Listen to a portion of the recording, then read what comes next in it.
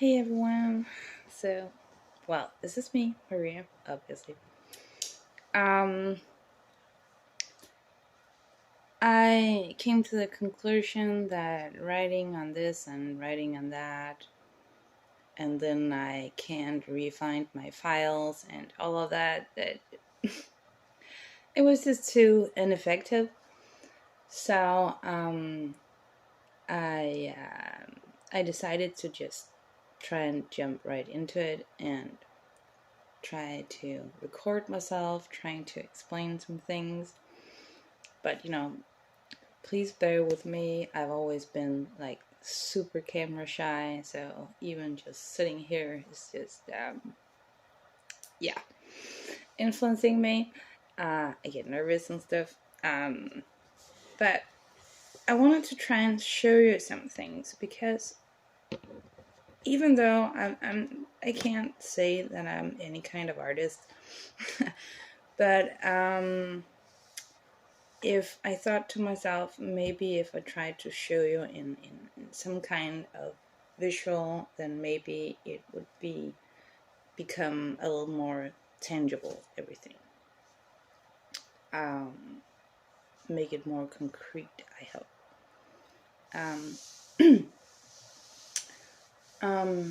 First of all, I wanted to mention a particular thing. Because sometimes people they seem to have this in their mind. There's like, oh, he or she is going faster through everything, is perhaps being better at some things, are realizing stuff, and it's like they're more knowledgeable and stuff like that. And then sometimes they internalize it and they go, well, I'm just being slow about this, and I don't really know or understand. And I just felt like I have to put some words to that. And I just wanted to tell you, like, one of the things that can make us go faster in evolution, in opening our awareness, is that when we experience trouble, and it doesn't really matter what kind of trouble, just issues, things that aren't going the right way. We have to whatever look for a new job, or the bank manager is being an ass, or whatever. We are like we have a tendency to sort of let it influence us, right? Like, oh, trouble is coming my way. I'm being hindered. I'm being stopped from moving forward. Doing what I really want to do.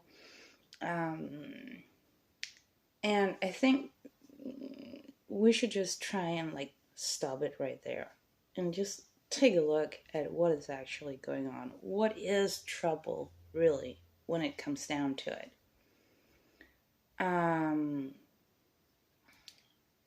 Trouble can come out of many different things. Often it's actually not ourselves per se that are creating it. We have just, when we went in here, we have agreed to an opportunity that some of this trouble could come our way. Now, so first of all, there's no need to take it so personally. Um, that is I would say a mistaken conception. It's not like, oh, there's a homeless person on the street. He or she must have somehow deserved it or made that happen themselves or whatever. We need to try and move away from all of that guilt and blame and all of that, because first of all, we can't really use it for anything constructive. Second of all, as I see it, it's just another manipulation. Try and get those human beings to feel down and to blame each other for stuff. And it's just in order to, like, in general, just keep us down, you know. So, so we really should take our focus completely away from that. And so, how to move onward with ourselves and with our lives when we do experience trouble? Well, at the bottom of it all, no matter what it is that we're experiencing, it's actually fairly easy. When we experience trouble, we often have a way of seeing the glass as being half empty, as Dave would have said it. I like that. I have that is one of my favorite expressions, actually. So I'm just jumping in on that too. We often see it as half empty, you know. Let me make an example. Okay, so I have a glass. I drink from the glass. For whatever reason, I accidentally drop it. It falls to the floor and just completely shatters, right? So I can react in two different ways. One, I can really stir up a lot of emotions and a lot of, like, oh, I can't believe I just did that, and now I have shards everywhere. I need to clean up. It's gonna take at least 30 minutes. Da da da da da da. In other words, glass half empty, right? Or I could just look at it and go, well, that's kind of what happens when you drop a glass. It falls to the ground, it shatters. I'm just gonna clean this up and go on with it. And that's all. Because when we are looking at a situation like that, some kind of trouble, something is going wrong, right? One of the worst things we can actually do is to add a lot of stirred up, irritated emotions ourselves. That's really one of the worst things we can do, because it's completely unusable, and even adds to, like, magnifying the issue itself. And I mean, in this example, what is the issue? Well, there's just some mess on the floor, and that's kind of it. And so you could say, well, this example doesn't work for bigger things, bigger issues. But in a way, it actually does. Because, again, the point of it all is just to not add yourself to the issue. It is really just trying to take a step back and, like, going, okay, so this happens. This happened. Now, what can I do about it? More importantly, what can I learn from it? You see. And it's like that with everything. It's simply, it's a mind and heart set into life and about ourselves. So you would probably sit out there and go, why is she explaining that? I already know that. Yeah, I know.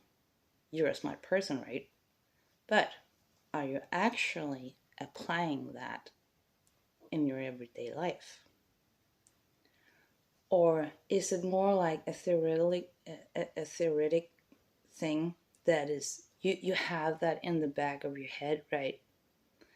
But when you accidentally drop the glass to the floor, then you're not actually applying that theory.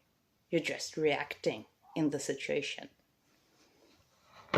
So the reason why I'm mentioning this is to make people aware to actually apply that mind and heart set. What can I learn from this situation? Because the glass is actually not half empty, it's half full. But Maria, what do you mean by that? What I mean is simply, instead of just reacting emotionally, take a step back and look at it and say, what can I learn from this? Because surely there is something in this I can learn. So what is it? That is where we should maintain our focus.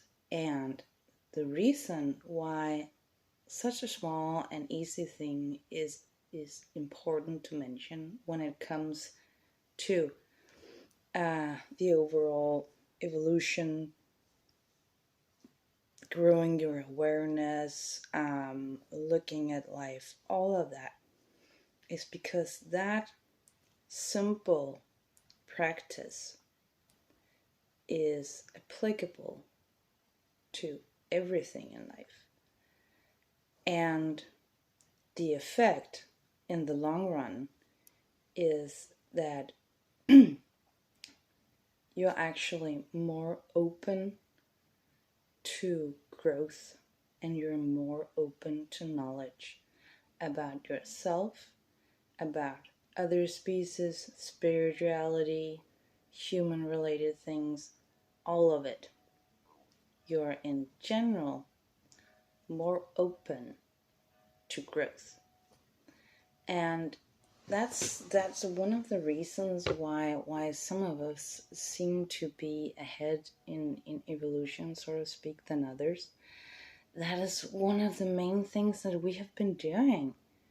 We are just always looking at things as glass being half full and saying, okay, so this demon just attacked me and this is terrible and this and that happened, but hey, what can I learn? What can I learn from this? What is the essential that I need to know? Because that is way more important than the fact that a demon attacked you. So, yeah, just a little word on that because it is something that all of us are capable of doing, but we don't get the benefit from it if we're not actually applying it to every single thing that we experience. Okay, so enough about that. I wanted to try and show you because you guys had so many questions like, what is the mind control grid actually? What is this planet? How does it look? How does everything work? So I thought to myself, maybe I should try and put it up in some kind of visual. And I've tried to make sort of a drawing. I'll see if I can explain it to you. Okay, so for now, you could say what we know about cosmos as a nature is that cosmos, as it looks to me, this is of course just my perspective, cosmos as it looks is a huge sphere, and within that it holds a lot of other stuff like more spheres and all of that goes kind of like if you blow up a huge soap bubble and then within that you're blowing more soap bubbles. That is kind of the multi-dimensional visual that I see cosmos exists of.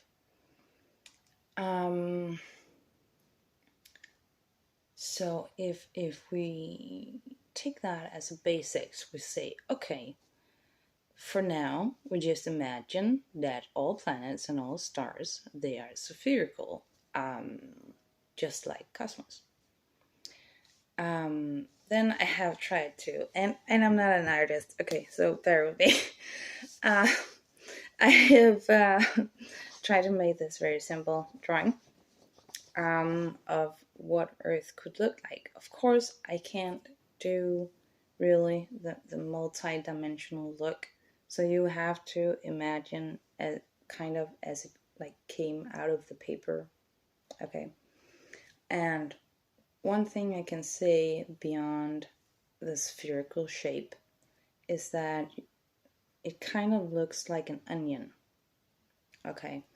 So you have the big sphere, and within that you have layers upon layers upon layers until you come to the middle. Yeah, so I think we can kind of start with that. And so therefore my drawing is like this. Oh, and now I just realized that maybe the letters are mirrored for you guys out there. Oh crap. Well, the letters in the middle, it spells humans. Okay.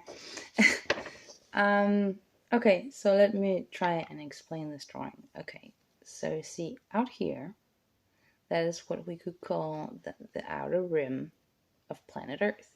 Okay, all the way around there. Now, there is a specific reason. You remember I said it's like an onion, it has multiple layers, okay?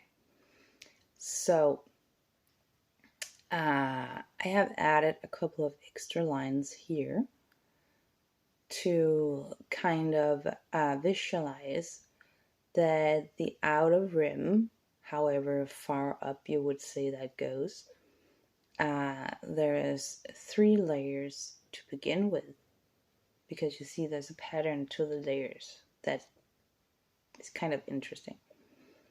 So first we have 3 layers, and then we kind of like have a shaded zone. Let me see if I can add some shade to just make it a bit more visual. I nicked a drawing pen from my daughter. I'll put it back, promise.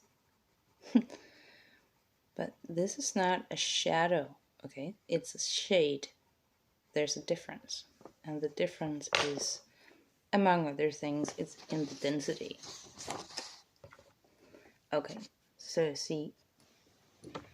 Oh, is that even visible? I think it's visible. Is it here? I added some shade. Because there's 3 lines, that is like 3 layers, and then there's kind of this shaded in between, and then another 2 layers comes again, and that's more or less how it continues inward all the way in here, okay, ending up with something that looks like, not necessarily exactly like that, but something like it. And I will just draw that with you right now, because if I drew too many things on here at once, I thought it would get perhaps a bit messy. So I'm just trying now. The inner of the onion kind of looks like this shape. Still spherical, but it's sort of like an oval, sort of like an egg. It's both convex and concave at the same time, which becomes important in just a couple of seconds, okay? And smack in here in the middle, that's where humans, that's where we live our everyday lives, right? Now, as you can see, I've added a cube, and I've added it in this exact shape, not like that, and there's a reason for that. Okay, and this cube is all of the sides is exactly as long, so it's a perfect cube, okay? Now, this cube is what happens when you add frequency to it in order to create something that is not spherical, but linear. Okay, so if you want whoever is in here to have a more linear experience, you add frequencies that makes up linear, you could say energy lines perhaps. Okay, now this becomes even more fun because, okay, so we know that there's a cube. We probably had that guessed all along, didn't we? But you see, we're going to add another point to it, because what happens if you add even more frequencies that pushes the spherical into something linear? What happens then to the experience of these beings? So let me just add a line, and you can probably see that for yourself, okay? Just a sec. So I'll just add this line. It's kind of funny how all of this actually makes pretty good sense. Well, at least to me anyway. Let's see what you guys feel about it. Because now, something that has been very much discussed throughout history, really, that is becoming visible now. Okay, so where are we going back to? That was a shadow just passing me right there. Interesting. So where we're going back to is all the way actually back to the Egyptians. The whole pyramid, the whole dynasties, all of that has been so much discussed. Okay, now take a look at how we can pretty quickly get an idea of what they have done and to some degree are still doing to this place, meaning our consensus reality, our perception, our experience. Okay? So watch this.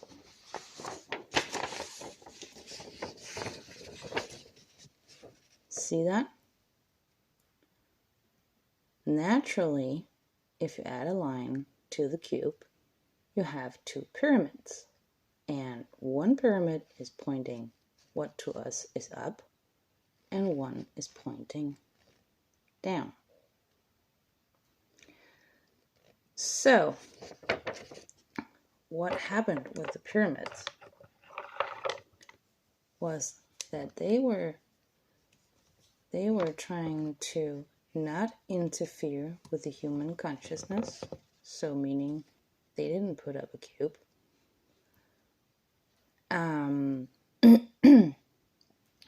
But to emphasize, like empower the nature that was already there within us and around us. Meaning, they built the pointing up pyramids.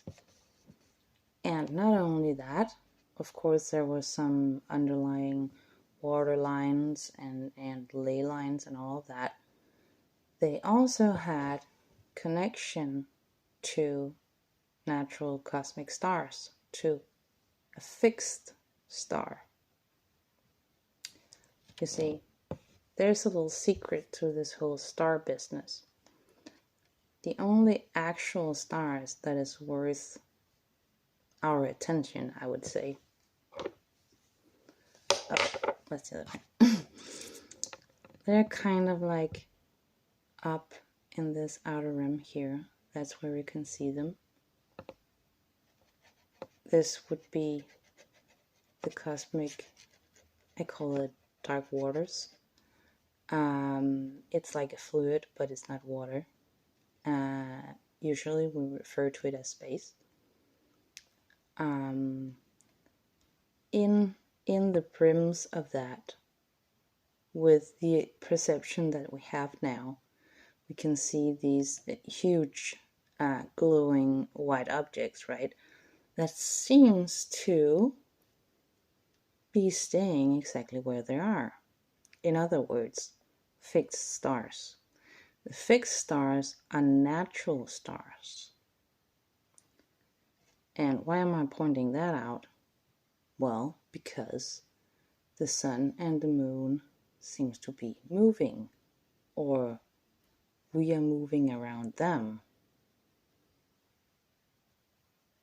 But the fixed stars are not moving. There's a reason for that as well. But what the Egyptians, the first 22 pharaohs, the positive of them, they actually built was the top of this pyramid. Not the cube, not the bottom one, just the top. Because they wanted to emphasize the nature that was already here, both in our experience and in nature, as in like trees and waters and stuff. Now, when the 23rd pharaoh betrayed everyone and started to make deals with the negatives, that he got to a stargate that changed the connection up here to a fixed star to another fixed star that we know as the Orion. And the whole negative Orion company could just like whoosh go down here through all of the layers and take over like all of the crap. But you see, they didn't want the positive, natural, healing energies. They wanted something else. They wanted lower vibrations. They wanted the negative. They wanted the controllative. And they wanted to fix it here. So what do they do? First of all, they change that to a negative alliance. Then down here, they built an upside down pyramid to, you could say, like, emphasize the drawing down of the more negative energy here and fixing it in here. Because fixing it takes both the pointing down pyramid to draw it down here, change the fixed stars, you build this to draw it down, and then what happens on top of that? We have the cube. We now have a box to be stuck in, energy-wise. But why only energy-wise? Why didn't they like tie us down or put us in shackles or whatever? Why did they only use like energy and energy frequencies? How can that be enough to ever like hold anyone against their will? That's interesting. The reason is because of these guys in here. You see, these humans, they all have what we call a perception. They have a conscious mind, which is putting all of the information and compilations and all that there is kind of working it and putting it together, sort of like a puzzle-ish, you could say. And then they have the heart connection, that is intent, and that is the actual creational part of us. In other words, it's manifesting our intent, it's manifesting our visuals, our ideas. Okay. So, if you have a conscious aware being that has a perception, that has the power to take in information and create something, if you can influence that being's perception into something that will make them create what is beneficiary to you, that is actually a lot smarter than just putting up a cage. Because a physical cage, physical shackles, you would notice.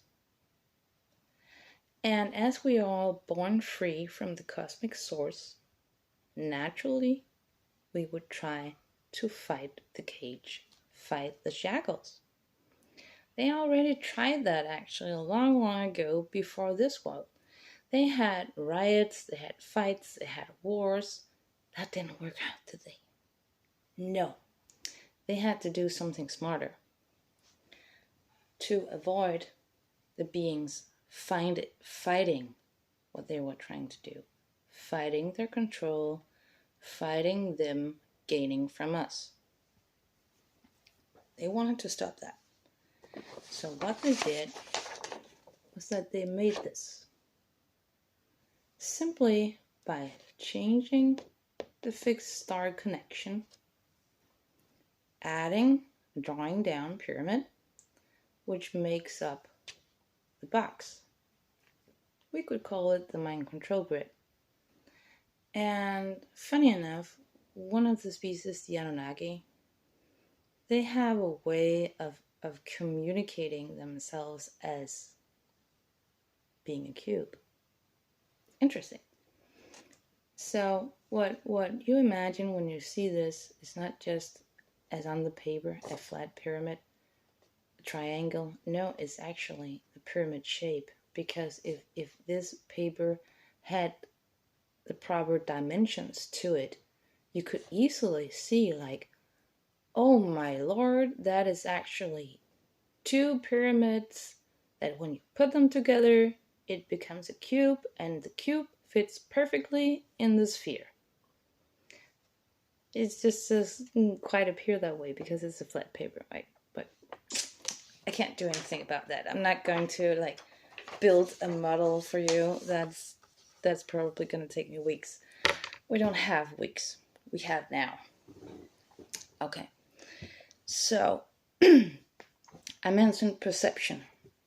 Now, why is perception so important? Well, as I said, if you have control and or influence of the perception, then you can make people start to manifest a lot of beneficiary stuff. So what is perception? Okay, so perception is unique and individual according to our evolutionary level. How much have we grown in cosmos? How long have we been around? How many experiences have we had? Are we good at looking at the glass as being half full, or is it always just half empty? So that all of that makes up our current perception. Now we have our unique perception, but we also, especially as a species globally, population, we also have you could say a level of perception that is similar, that is shared. Okay, so you remember the cube, the box from before? Now I'm gonna show you something like that, but I'm not gonna use as much effort in trying to draw it, but you try and remember that all of the sides has equal length. Okay, I'm just gonna do it a bit faster here. I'm trying to like make a square view. Okay, so this is kind of the box, you could say. This is the cube, the box, the mind control grid in our perception. Okay, our perception should be spherical like cosmos, but it's cube shaped. See the issue there? Okay.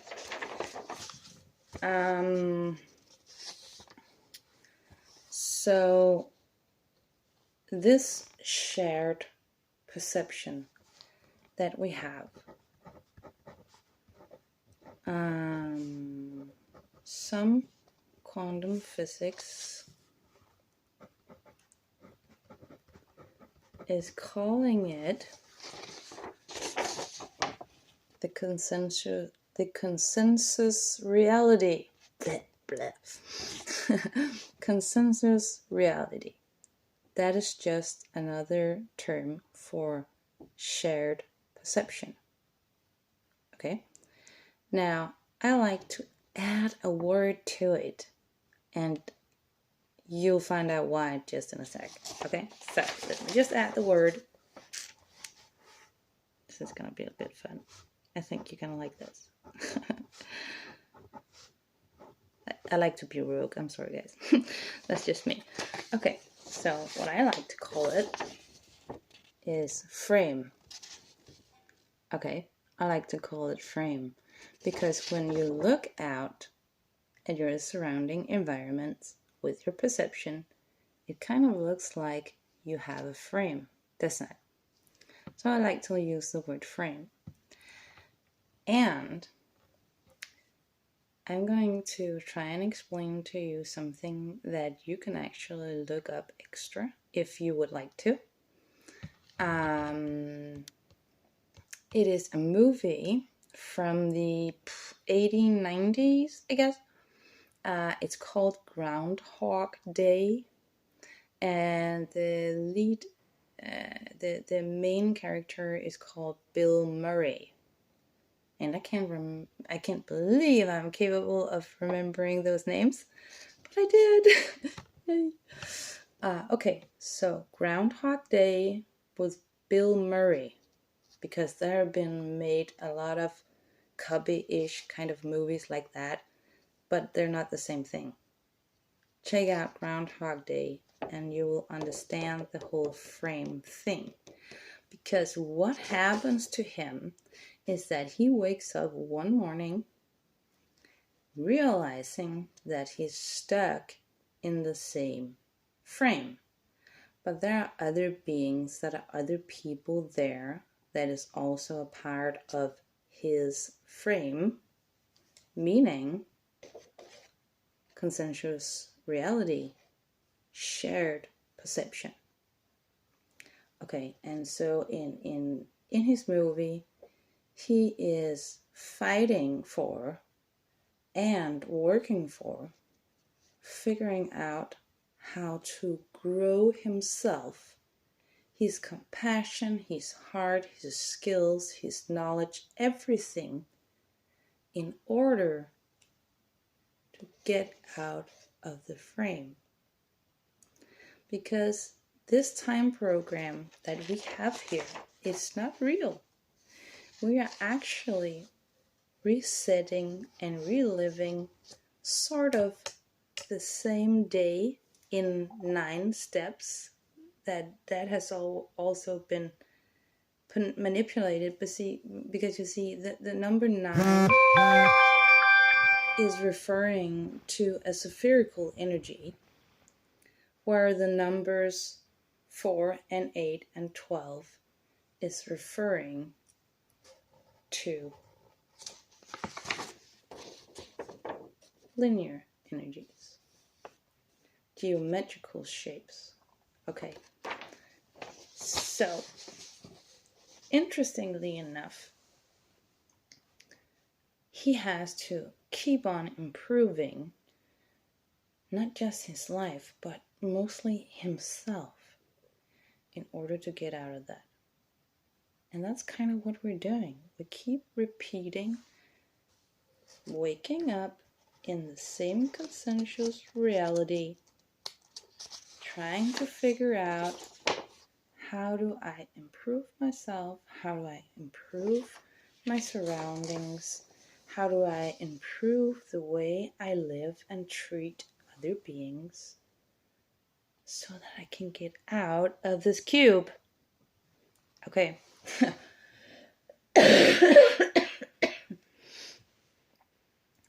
Yeah. So I found that interesting because if you see that movie, I think it will make a lot of sense to you. Because that shows us what the consensus reality is like to live in, but also that is not our actual nature. Our actual nature is being spherical as the cosmos. Spherical, spiral, the whole, what do you call that? There's a special kind of clams, I guess, or something that is making such spiral cones. Well, whatever, you kind of get the point. Like the pictures of our DNA, for instance. They only have tiny lines connecting one string to another.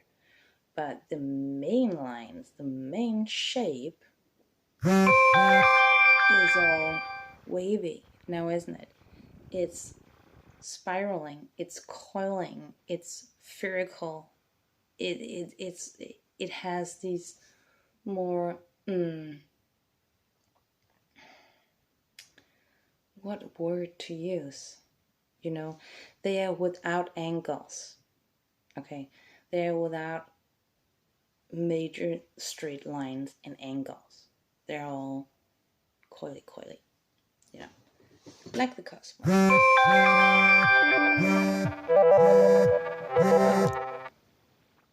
Sorry, guys. I guess I forgot to take off my notifications and stuff. Oh, that's embarrassing. I'm sorry. I'm just gonna take that off now. Okay.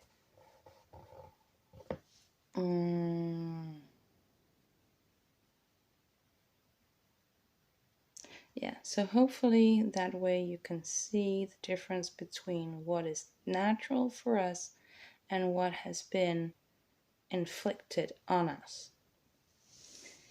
Oh yeah, another thing I wanted to mention. That's right, I was forgetting that kind of. Because you see, there's been all of these discussions, and I understand that. You know, what is this experimental world? What is this consensus reality? Is it a flat Earth? Is it spherical? Is it even a planet? Is it concave?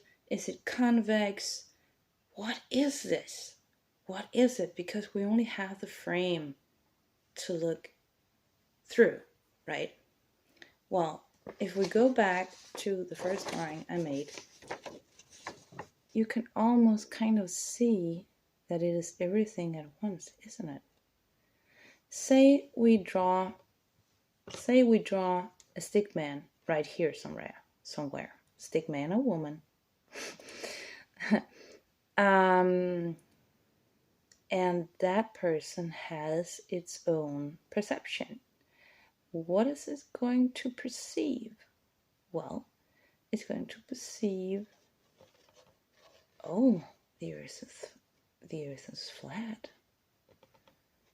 Oh no, it's either convex or concave. Or no, it must be spherical. You see?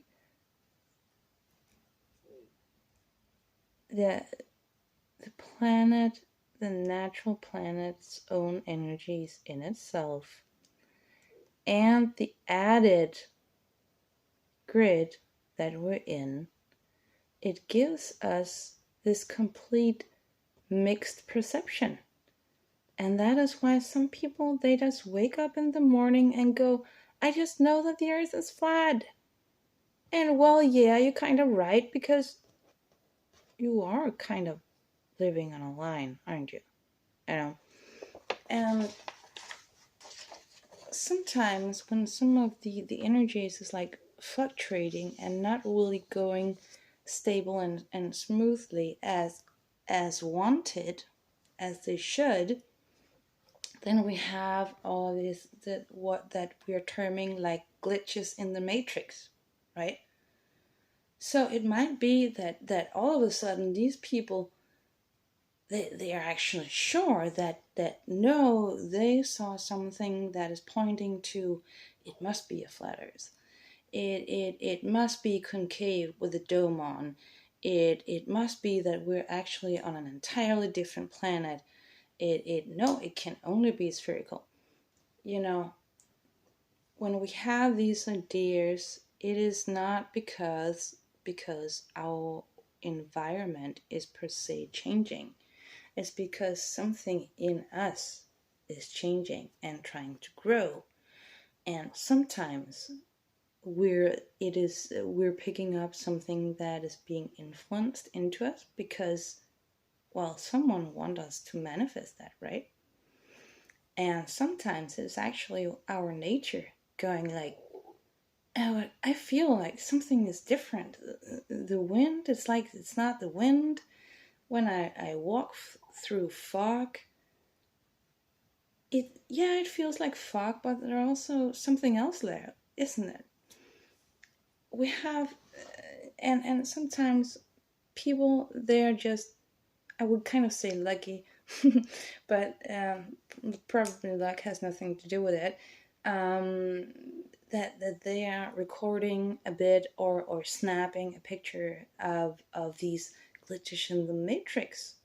Well, if there is glitches in the matrix, then there are also glitches in us. You see, glitches doesn't necessarily have to be something negative. It can be that when there's this energy fluctuation, it it sort of also happens within us, and then we actually have a short opportunity to realize the truth of all of what is going in here. Okay, so if I believe that the sun is real, then it also feels like the sun is doing me good. And I feel safe.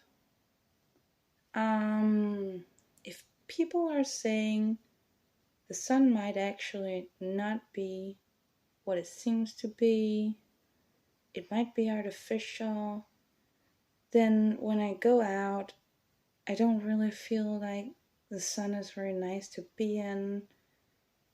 I feel too heated and kind of like my skin is itchy, and I don't really feel all that safe anymore. Now, this is just an example I'm making, but you see how the inside and the outside, just as above and below, it is always interconnecting and interacting. Even though we have our own special private core from the source that nothing can touch, we have layers out from that. The mind control grid, the cube, is set in us, and those parts can be influenced. And those parts are interacting with everything else constantly. Not just every once in a while, constantly. So let's put this in other terms. Okay, so we all know what percentage is. We have agreed to that. When we count something in percent, we go from a 1 to 100%, right? Okay. We're making some examples now. Okay, let's just ponder about this. Okay, what would happen, because we're all sharing parts of our perception, right? What would happen if 70% of the current population truly and utterly believed that the earth is actually flat? Then what would happen? We believe that. That is the information that we're gathering. We have put that together. It seems to make sense. We have an intent that we want to maybe believe what has been put into us, what we have gathered. So we begin to manifest that. Try and imagine that 70% of all of the population, that will actually mean that when you wake up tomorrow, the earth might actually seem to be entirely flat. No matter where you travel, no matter where you go, it seems to be flat.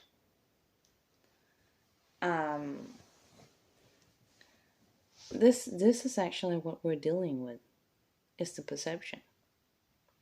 Okay, right now, for instance, we have this kind of agreement that might be influenced, that is debatable, but we have this agreement that right now, let's say 80% of the entire population believes that the Earth is an actual planet and it is spherical. So what happens when we share that consensus reality is that when we wake up in the morning, it actually seems like the Earth is spherical. And it's a nice planet with this amount of greens and this amount of mountains and this amount of water, etc. You see, we don't actually necessarily know for certain, because every time we have a certain percentage of the population that perceives something to be for sure real, then they are manifesting it. And the more people who are manifesting it, that is what is actually making up the frame, the consensus reality for everyone. So, no matter what you believe that the Earth looks like, and it's probably all of it at once, if enough percentage believe it, if you're the only person on Earth that believes that the Earth is spherical and everyone else believes it's flat, then you're going to have an issue. Because when you walk out the door, you try to travel to whatever country, and all of a sudden you're almost falling off the edge because the Earth is actually flat. That is just an example, of course. But that is what we're working with in here. And that is why sometimes we are not realizing how to influence this place, this experimental world, consensus reality, whatever you want to call it, into something more constructive, into something more positive. We need to be aware of the fact that, yes, we have our own perception, but we also have this shared perception, and the more beings that are going towards the same perception and believing in that influences what the rest of us is experiencing. Okay. Of course, there's ways to make yourself more independent from the consensus reality. Those people usually refers to themselves as witches, actually. That is what they're trying to do with their magic. They're trying to influence the frame so that they can create what fits with their perception instead of having to go with what everyone else's perception is. And that is really just what is at the bottom of witches doing magic to manifest this and that. They want their personal perception to become a manifested reality, regardless of what everyone else wants to see. Okay. So, yes, and so there was a question about the subconscious.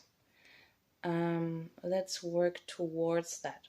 First, I want to say a little more about perception, because Perception has levels, sort of like we say that there is dimensional levels or levels of density. Perception has levels. Okay. So in cosmos, there only exists these numbers. I'm trying to remember that. Okay? There only exist the numbers from 1 to 9. That is all. There's no 25 actually. So let's just start with that. We only have the numbers from 1 to 9 to work with. That means that the levels of perception, also is only available from 1 to 9. Now, there can be added to that because of evolution, so we can go higher up in some numbers, but we'll leave that for now because we need to understand the fundamentals first. Okay, so leave that for a while. Right now, we're saying we only have levels of perception from 1 to 9. Now, like I said earlier, all of us, we are in our own individual level of evolution. Simply because we've been around for, who knows, infinite, most likely. So we have worked on that. We constantly work on that. We constantly grow. That is what evolution is and what it does. Pretty simple. So when I, for instance, I refer to some people as being 3D people, what I mean is that their main level of perception is in the third stage, equivalent to third dimension. Okay. For other people, they can be on other levels. You see, a person that is mainly, because they're in a physical body, so they're mainly currently have, of course, the 3D perception in place. Otherwise, they wouldn't have self-awareness about being a physical, intelligent being that can do stuff here. Self-awareness is a part of going 3D, you could say. But some people have slumbering potential. Some people have active potential for going higher up in dimensions in their personal perception, level of perception. So some people, they can only go in the 3D. Some can go 4, 5, 6, 7, and I don't believe there's many yet, but there are actually people here that can go all the way up to 9. In their own level of perception that is unique to them, they can go up to 9. But the 3 and coming up the 4th is what we are all sharing in the consensus reality, which is why some people can see ghosts and others cannot. Those that are only in 3 and maybe beginning stages of 4 as their main level of perception, they cannot see ghosts. They don't really see much of anything. We see the physical trees, the water, and so on and so forth, but that's more or less it. But people that has potential activated and to some degree slumbering, that can go higher, that can, for instance, go to 7. They're seeing lots of stuff. They're seeing lots of other beings. Not because something is odd about them, but simply because perception means kind of how much can you open up and absorb from your surrounding environment. And then can you turn it in and go glass half full? What can I learn from this? What does this tell me about myself? Because if I was completely free of this frame, of this cube experience, and out of a body, whoop, in 7th dimensional level myself,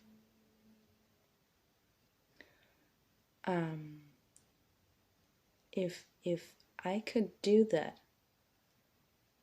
I wouldn't be questioning what I see anymore, would I? Because I would actually be there, be a part of it.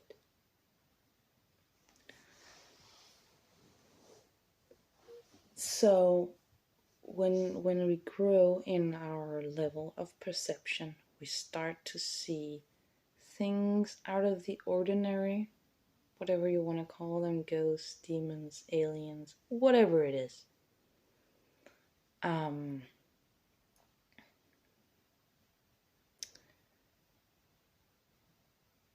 When you start to open up and be capable of perceiving that, you're also getting closer to your own nature. Because what would I be if I were not within Groundhog Day, within this frame? What would I be? You see, as above, so below, as outside, as inside. So if we start to perceive beings in, let's say, 5th dimension, we also are growing in the possibility of understanding that my nature also withholds, contains the 5th dimension. We're actually not that different.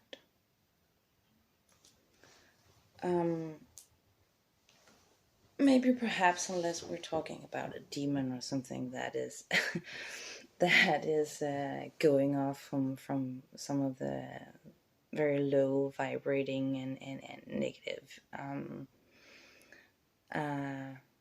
I wouldn't even call it dimensions. I would rather say other realms. That is probably a better term. I mean, of course, we shouldn't exactly compare us to those. But this is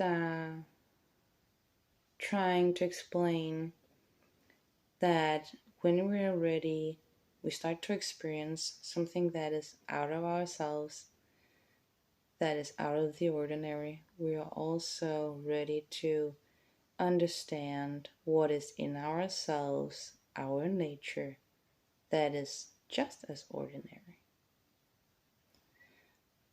So we are always interacting with our environment.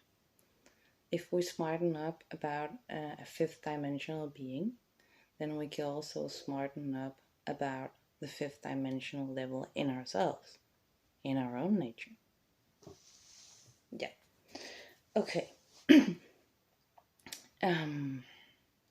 Well, then there was the whole, it was the subconscious thing. That was the question, yeah. So, okay, first let us just establish the fact that there is no subconscious. Okay, it's an afflicted thing. You can almost, I guess, actually kind of see it in this drawing again. let's say the sphere is our conscious mind as it comes from nature, from cosmos. So we get influenced by these grid energies that we are being hauled into. Now, what is the effect of that? Well, that's a split, isn't it? And the split seems to be like mirroring. It's the same up as it is down, isn't it? There's a split, and the split is occurring in our mind. So, it seems to us that we have a conscious and a subconscious. What we actually do have is just one mind with heart, soul connection, all of that. One mind that is being influenced to create this artificial split. Okay, so we can actually take that again, because what does the split do? Why was the downward pyramid built when we had an upside one that was actually healing and inspiring us to grow? Then what happens to our mind when it's split by something that is drawing down? Okay, so this drawing down emotions, yeah, I kind of said that. This drawing down our emotions, our vibrations. It is in general drawing down our vibrations. And what is it to be drawn down in vibrations? First of all, you become a little less smart. Sorry about that, but that happened to all of us, didn't it? You become less smart. You have issues with connecting and reading the cosmic events because you're being blocked by the cube. You see, you can't really reach the spherical anymore, can you? And a lowering in the vibrations is like going from being happy to being sad. Glass half full, glass half empty. It's not trouble. It's just a lot of nice experiences, and I learned so much from it. Oh, fuckload of trouble. This is hell. You see the difference? So, what is our subconscious? Well, it's kind of equivalent to glass half empty. And every time we're experiencing lower vibration emotions, sad, aggressive, bitterness, oh, and hate, that's like all the way down here. Hate is terrible. Jealousy, envy, all of that. You see how it's drawn down here? It's even drawing us, it's making us really heavily stuck in the box. Okay? If we want to become more like our own nature, okay, we consciously aware dive down to all of the sort of icky experiences we have had. I fought with my mom, I hate my dad, whatever, blah blah blah, traumas I experienced, pain of this, pain of that, sorrow, all of it. We start to work out the issue down here by taking some of the positive awareness down here and going, what can I learn from this? I'm taking my glass half full, happiness, love, forgiveness, for a dive down here. I'm snapping an issue. I lost so much of my family. I felt lost. I felt abandoned. I felt alone. I had to take all of my positive glass half full emotions and dive down here to all of those losses and pour in a lot of positivity and trying to get it to loosen and then bring it up here in the light, in a positive light, in a positive place in my heart with the intent, I really want to solve this. I really want to feel at peace with this. I really want to move on. Okay, that is how you start to dissolve it. And then you try and look at it from your glass half full perspective, saying, so I had a lot of losses in my family and I miss them terribly and all of that. Now, what can I learn from it? How can this be of an actual benefit to me? And you would say, like, Maria, are you crazy? There's no benefit in losing your family. Hey. That is because you're only looking at things from a 3D perception.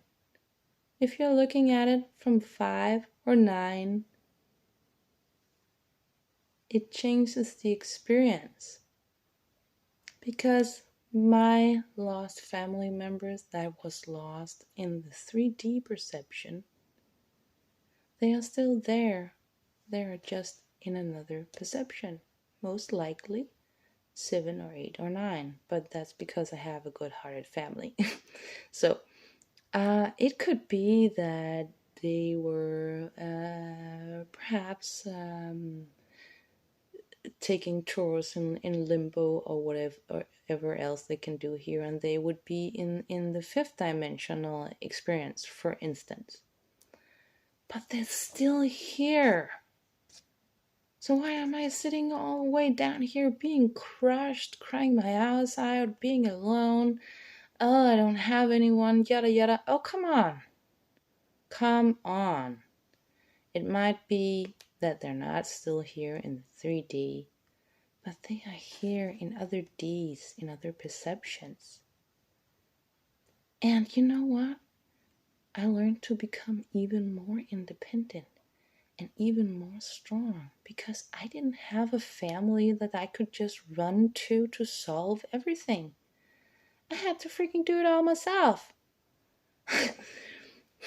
If you only knew how much I've actually learned and grown from that, you would probably agree with me, you know?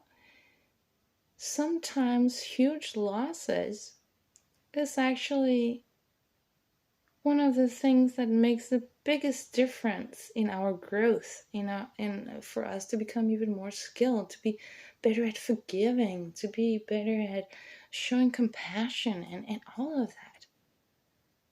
Glass half full. Okay. So that is a way to explain what subconscious is. From our most regular point of view, you could say. Now, how do they keep us in the box and keep us in the spin that they have put in, keep us in the time program and all of that? And how is the subconscious connected to that? Well, again, let's say now we're taking the down pointing triangle here and we're giving it a term this time. Okay, give it a term. It is not a real term because, as we just established, Oh, I spelled it wrong. Oh my goodness. As we just established, the subconscious doesn't actually exist. But now we're just using the term just because it's easy. So this bottom triangle, we could term the subconscious. Now, if you want to make sure that the subconscious is being all of these trouble, heavy emotions, that it is being amplified in order for us to stay in it, like to really stay in it. Okay, this is funny.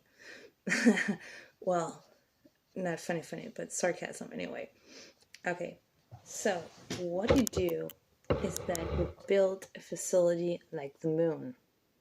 Okay, because what the moon does is sit in frequency, in speed, and in mass, so that it connects with this triangle, meaning the subconscious part of us. And the moon keeps circling us, keeps circling the grid, doesn't it? So that means it keeps it going. It keeps it going. It keeps it going. It keeps it going. There is no escape.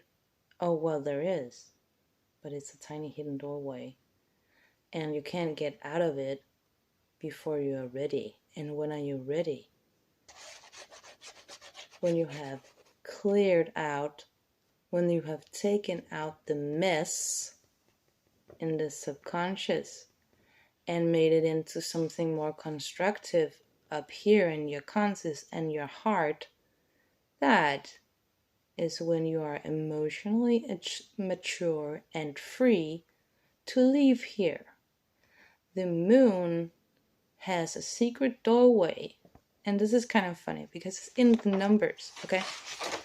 So what the moon does is that it has a cycle of 28 days, right? Okay, let's see what happens now.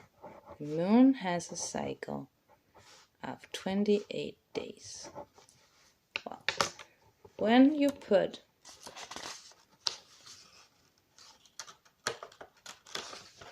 I want you to see this is funny. When you put the 2 and the 8 together, it gives 10. Now, what is 10? Hopefully you remember that out there. I have mentioned it before. Every time you have 10, 100, 1,000, whatever, it doesn't matter. You can add as many zeros as you want to, because a zero doesn't really mean anything. All it means is that you are taking another turn around. So, the 28 days, everything, the subconscious, you could say, is being stirred around. Oh, yum, yum, yum, yum, yum. This stir, this emotional cauldron of trouble that's just stir it all up and give them another run around in it, just like a hamster in a wheel. That's very much what it's like. That is what they're actually doing every 28, as we call it, days. Okay. But if one have studied the ancients, one thing can be noted, and this is funny. The thing that can be noticed is that there is something called the black moon. One day out of the 28 is a black moon night, meaning that the moon is in the Earth's shadow. So wherever you stand on the globe, it's not visible. That is kind of akin to taking the door temporarily off the door frame. Because when a light object moves into shadow, complete shadow, then its power, its effect is temporarily ceased. Okay, so in the 28 days, there is one day, the black moon, where there is an out for those who are mature, who are ready to leave the frame. So where does these people go? What happens if they go out the doorway on the black moon? Again, we take the 28 days, we minus the 1 because of the black moon, and then we get 2 plus 7, which is 9. Which means the true realms that is after the 6th dimension, which is 7, 8, and 9. How do I explain this? From 7 to 9 is outside of the grid. So if you're mature, if you're balanced, you can move to the 7th dimension and up to the 9th, which is outside the grid. The grid only goes from 1 to 6, which is interesting because if you look at Saturn, Saturn has always been known as the number 6. Saturn is also being referred to as somehow capturing our soul. And when we beam down here, you could say our frequency from cosmos, you start by way outside the layers of the onion, and you go in, you intensify more and more, intensify more and more your energies until you become solid. Okay, so within that beam, or rather spiraling energy, somewhere out here, I guess we could say, is Saturn, the 6th dimension, is where the perception of you that we could call soul, that is where it is seated, it's like parked, while it projects the rest of you, the spiraling beam of light, to become more and more intensified until you densify in here. Okay? So that's one of the ways that can assist us to know where is the grid and how does it work and how do we get out of it. It's from 1 to 6, and the moon is often acquainted with the numbers 3, 6, and 9. That's funny because from 3 to 6 you're trapped in the cube Saturn moon matrix. But if you go out the tiny doorway with the black of the moon, or a natural ascension as we're about to have now, you can go beyond the 6 to 7, 8, 9. So one of the numbers of the moon is 9 because it is, you could say, like trying to tell you there is actually a way you can get out of this. Okay. And the moon is mostly related to spirit, to our emotions, where the sun is more related to intelligence and to our conscious mind.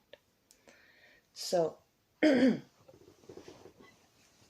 could say, but why did they need the sun then? If we postulate that the sun is some kind of artificial machine thing, whatever, that has been put into a certain system of how it moves, because we believe that this planet is moving around the sun, but what if that is not necessarily true? Well, however, whatever the sun is made of what it is doing, the energies are influencing our intelligence and our conscious mind. Just as it is, for instance, inflicting on our skin.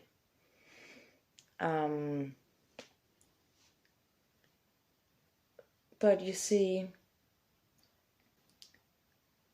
there's this thing. If there's other beings involved in all of this experimental world, and they want a specific gain from this experimental world, that gain is about keeping them as stupid and as unknowledgeable as possible, because then we have longer time, not that they have any time, but now we're just using that term, then we have longer to harness a lot of energy, DNA, whatever else it is that you want, power, also the usual gain stuff, right?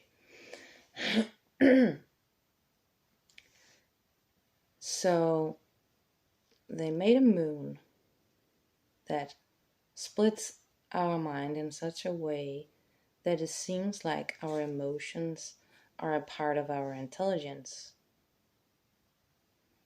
But if cosmic is spherical, it should be mixing both emotions and intelligence together, shouldn't it?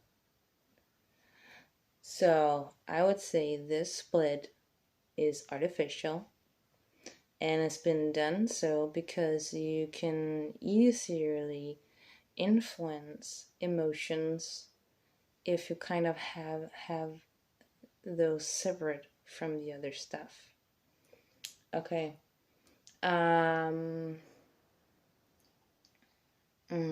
There was something more I wanted to say with that.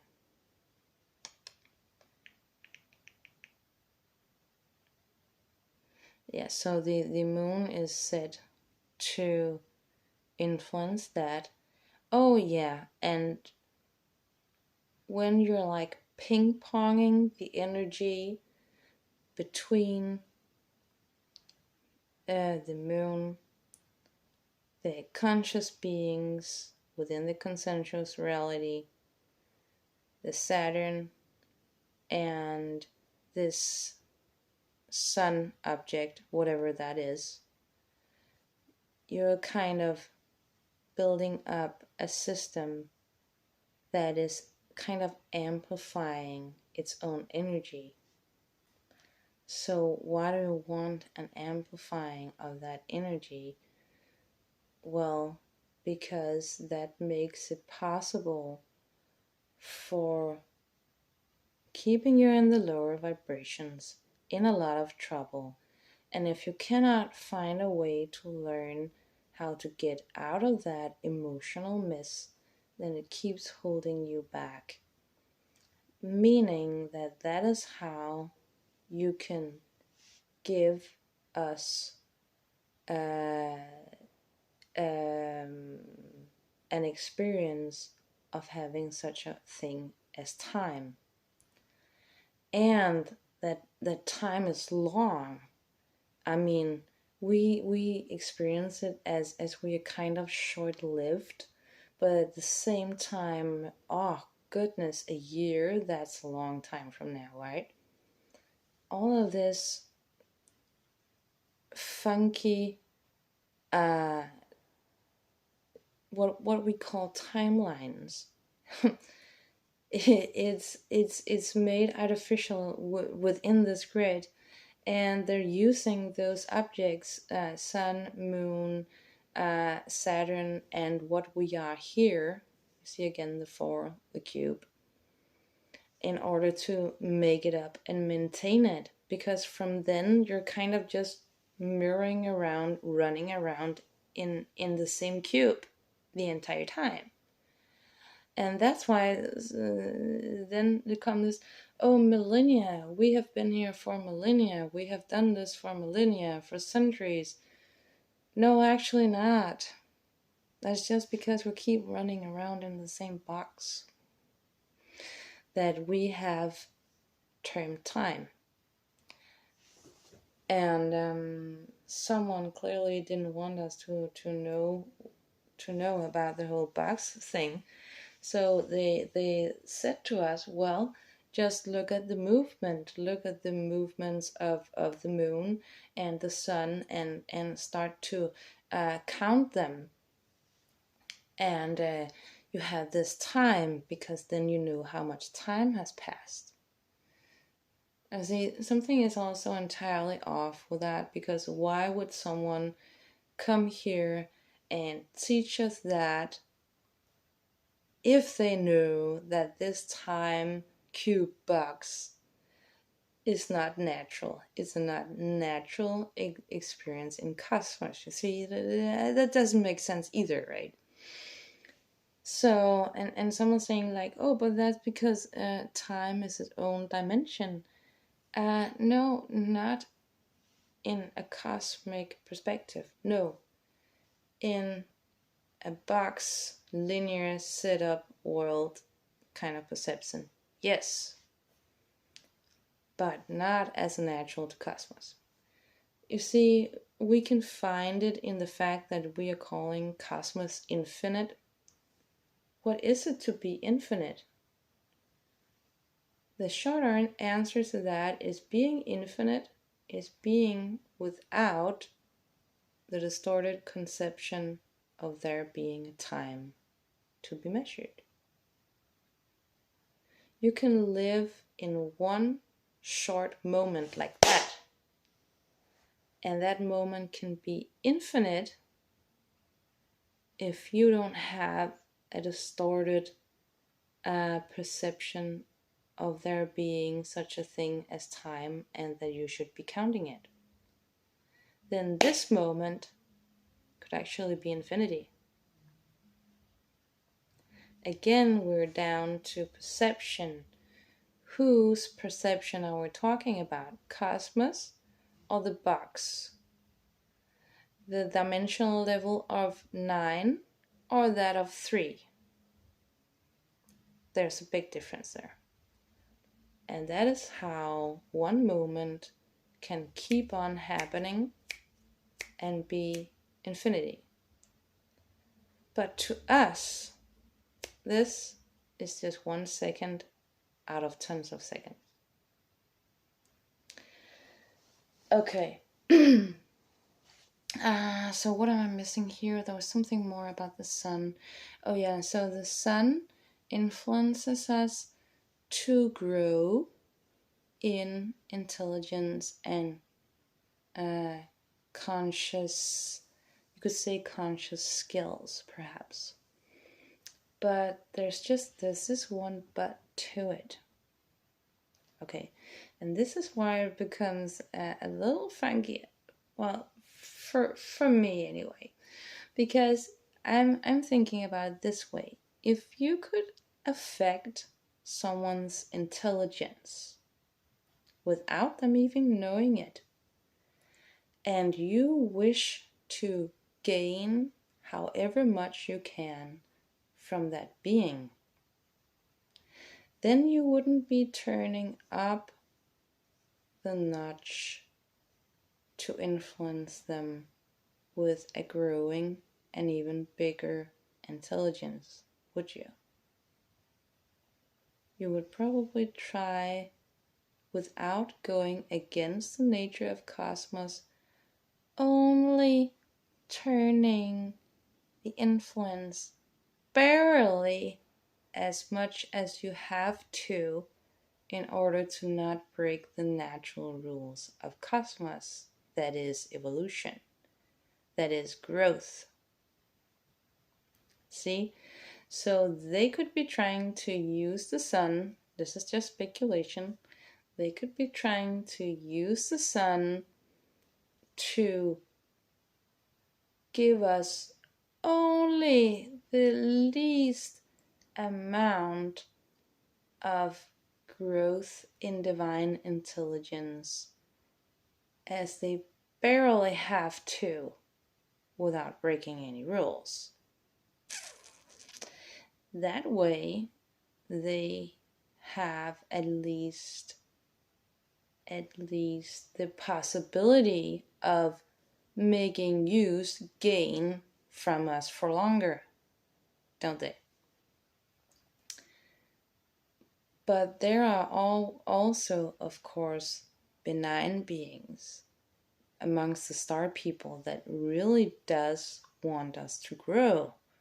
They want us to become smarter, they want us to have our memories back, they want us to heal emotionally, all of that, to broaden our perception, also in the consensus reality, or to get free of the consensus reality. And this is all very good, and they are, of course, also trying to influence the sun and influence the moon, all of that, what is creating the cube box. So, I believe that is how some very weird pictures and recordings turn up on the internet of ships going in and out and about the sun, eruptions from the sun that NASA says shouldn't be there, they're not commenting on, or their cameras is not filming anything that particular day, just oof, that just happened, right? Or you can find recordings of what looks like some kind of craft bombing the sun. Just putting it out there, you know? To me, what it says that it's very clear that there's some kind of ongoing war for power of us, with whatever it is, for the positive or the negative, because man, we have someone fighting about the sun. They were trying to bomb the sun. We have solar flare eruptions on some specific decades and years that supposedly seems to be not really scientifically understandable to humans. But if you look at the decades, if you look at the numbers, if you know what the alien species are trying to do, what they want to do and stuff like that, hey dang, it actually starts to make sense.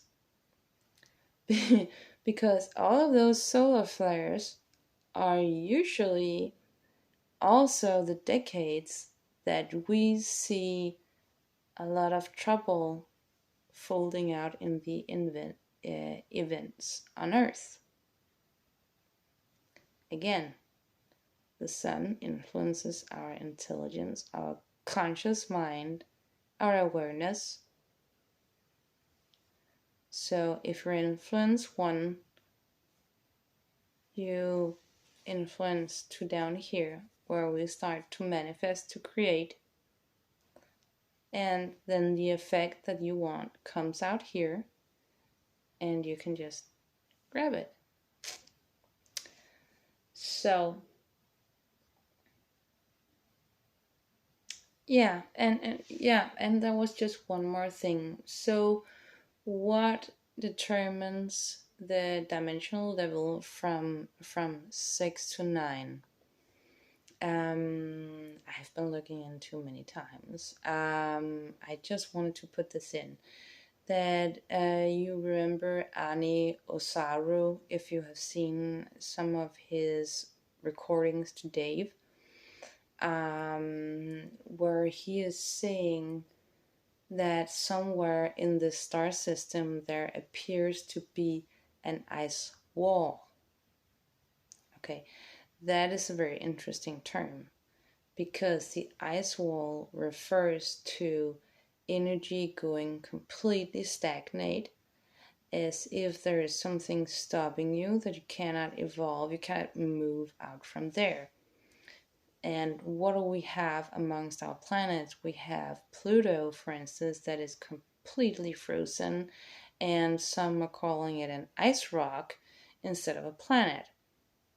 So this ice wall, Pluto, that is kind of, you could say, that is another point. It is just in some of the layers out here that I haven't drawn in, but because that is the layers that refers to the star system, or what we call space. So you see, I have shaded an in-between layer here. The ice wall, Pluto, is also like a shading layer out here. But beyond that, there's actually 2 more planets, or 2 more realms, and they carry the numbers 8 and 9. So 6 belongs to the cube matrix. 7 is the doorway. If you have matured, 8 is maturity, then you can reach 9. 9 is a dimensional level that holds no negative vibrations whatsoever. Really cool place.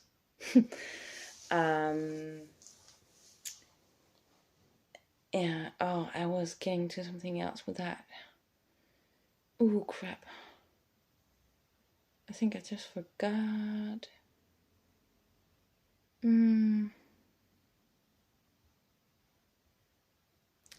Yeah, and it actually correlates to Dan Winters, the 9, the 8 and the 9, because 7 is the doorway. So you have 8. 8 is the maturity. If you, I can just draw that actually. That's pretty easy to draw.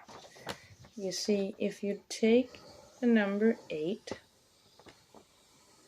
again, I'm not a super artist, okay? Oh, that got bad. I have to do it again. That's kind of funny. I wanted to show you the exact, like, the shape of the 8, if I can just make it correctly. Okay, because it's often said in the Ascension that 7 is the doorway, so 8 is the key, and 9 is the goal. Okay, so this is the figure 8. Okay. Now let's again imagine that this is multidimensional. It can actually come out of the paper. Okay, now what it does is that it rotates around its own axis. Okay, so if you have it rotating like really fast, and you have it like laying down here,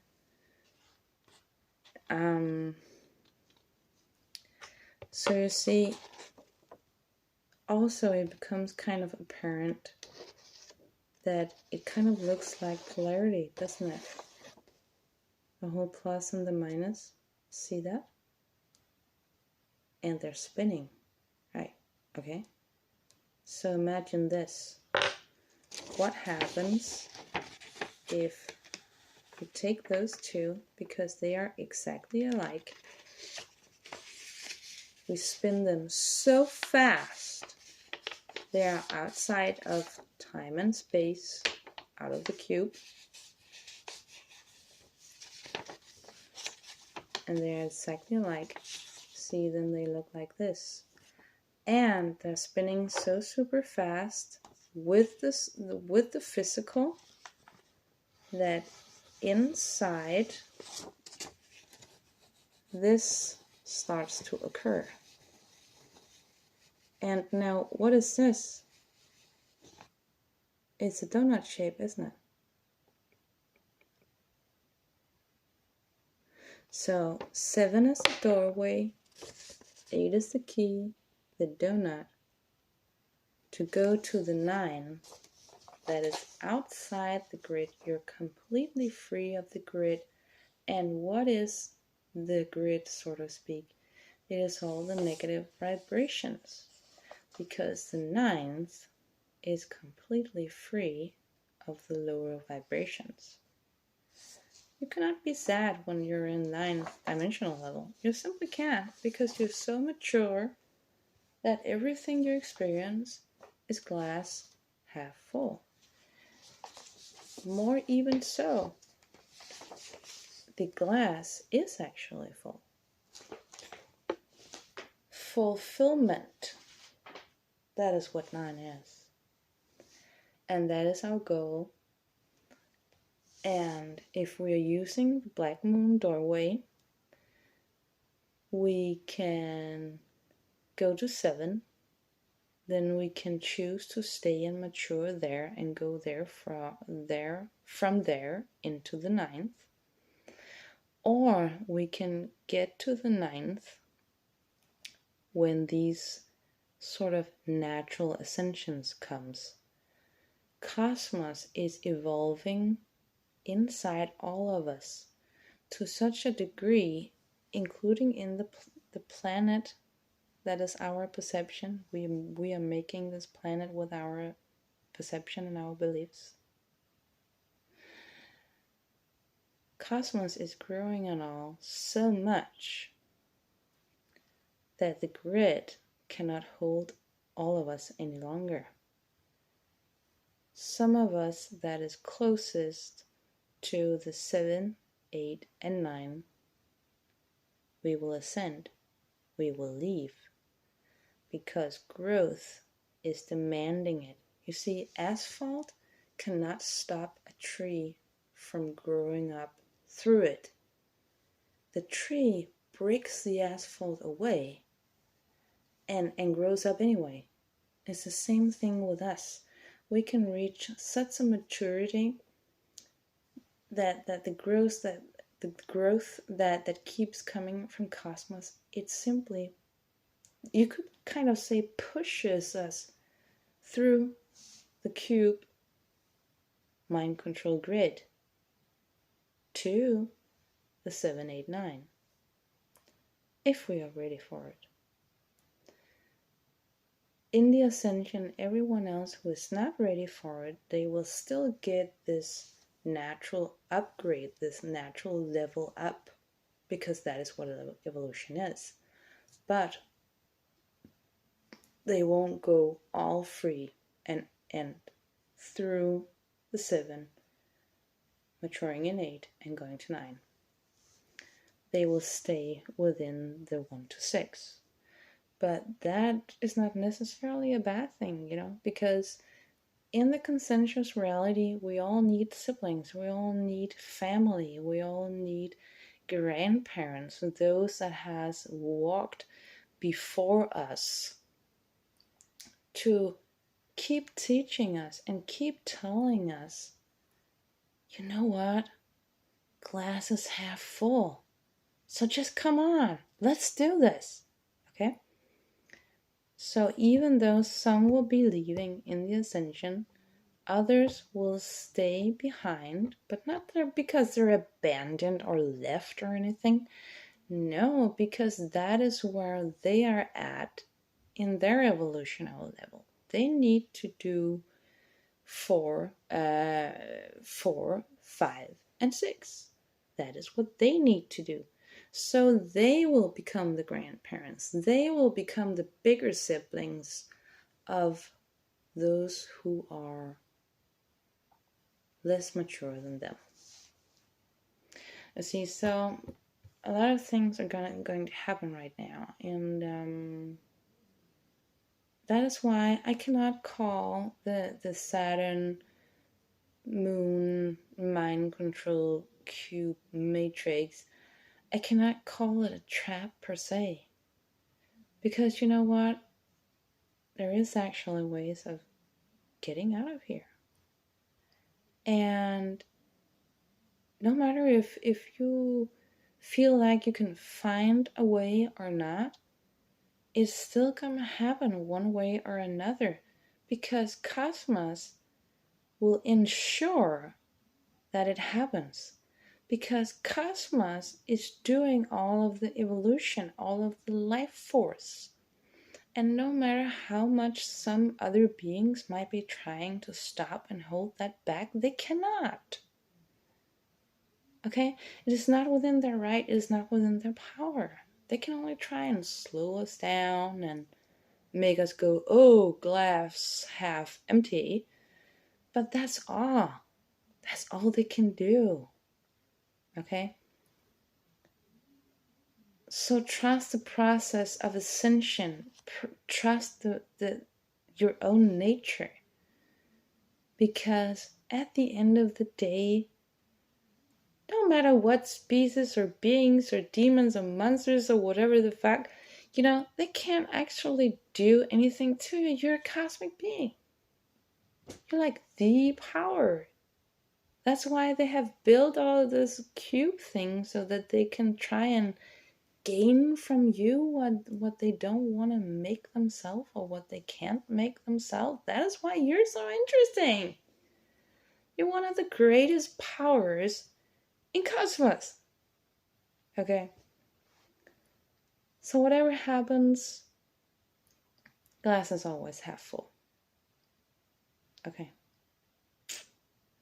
Now, should you have any particular questions, or if this makes you think of a topic that springs off of what I said or whatever, I am always here. I love it when people ask questions, okay? Because I was born curious, as my mom always said.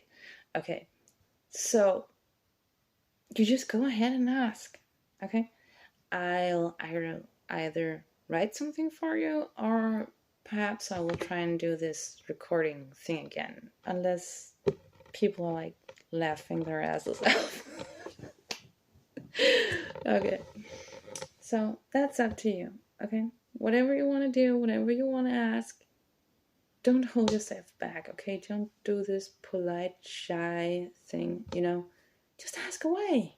That's why I'm here.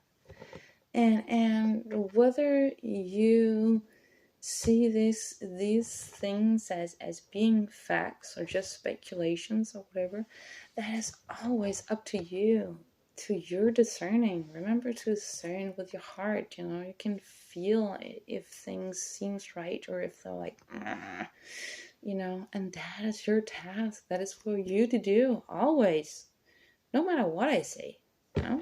That is always your task to do. Okay, so it was actually a bit of fun trying to do this. I wish you the best of love and peace and everything out there. Okay, just let me know if there's anything. Okay, bye.